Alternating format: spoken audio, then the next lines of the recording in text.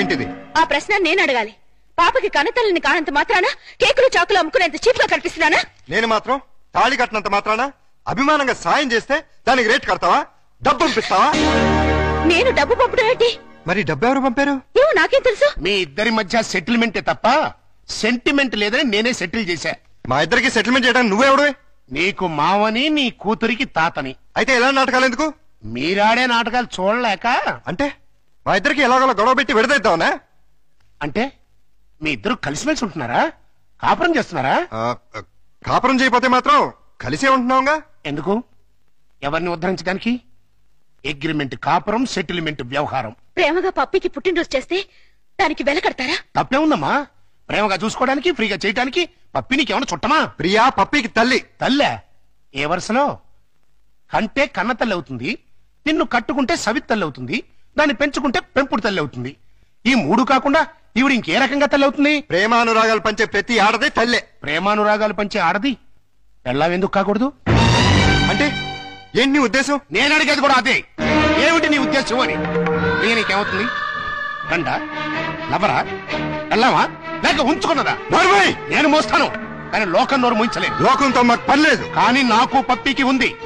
పప్పి గురించి నువ్వేం దిగులు పడక్కర్లేదు. ప్రియ వచ్చిన తర్వాత చాలా సంతోషంగా ఉంది. రేపు ప్రియ వెళ్ళిపోతే ఎక్కడికి వెళ్తుంది? ఎందుకు వెళ్తుంది? అంటే నిన్న పుట్టినరోజు చేసిన ప్రియ రేపు దగ్గరుండి నీ కూతురికి పెళ్లి కూడా చేస్తుందా?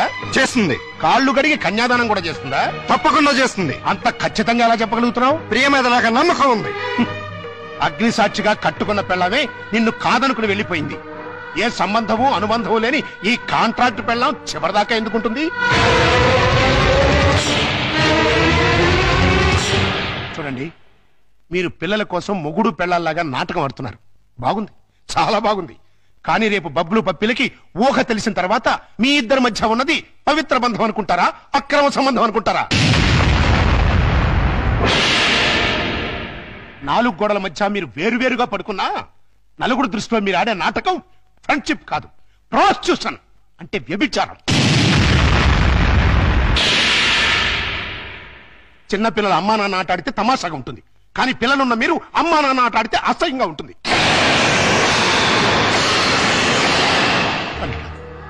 నువ్వంటే నాకెంతో ఇష్టం.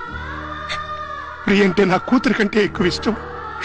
మీ ఇద్దరు పుణ్యమాని ఆ ఇద్దరు పిల్లలు తల్లి తండ్రి లేని లోటు లేకుండా ఆనందంగా ఉన్నారు. ఆ ఆనందాన్ని వాళ్ళకి శాశ్వతం చేయండి. మీ అనుబంధాన్ని శాశ్వతం చేసుకోండి.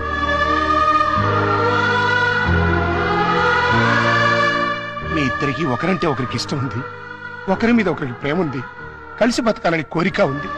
కానీ చెప్పుకోకుండా ఒకరినొకరు మోసం చేసుకుంటున్నారు. ఎందుకు? అయినా ఇందులో తప్పే ఉంది.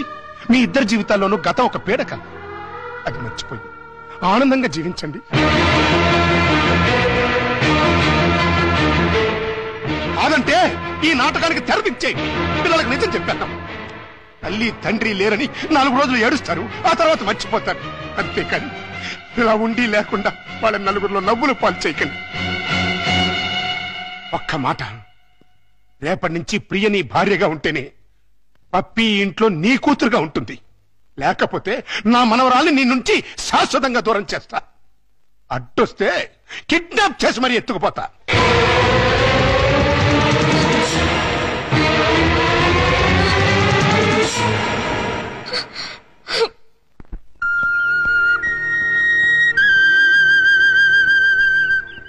ప్రియా, ఉదయం మావయ్య ప్రవర్తన గురించి మనం బాధపడ్డాం, కానీ ఆయన అలా అంటంలో న్యాయం ఉందనిపిస్తుంది. పిల్లల కోసం అమ్మా నాన్నలుగా నటిద్దామని కమిట్ అయ్యాం. అలాగే కంటిన్యూ అవుతున్నాం. ఇద్దరం కలిసి ఒకే ఇంట్లో ఉంటున్నాం.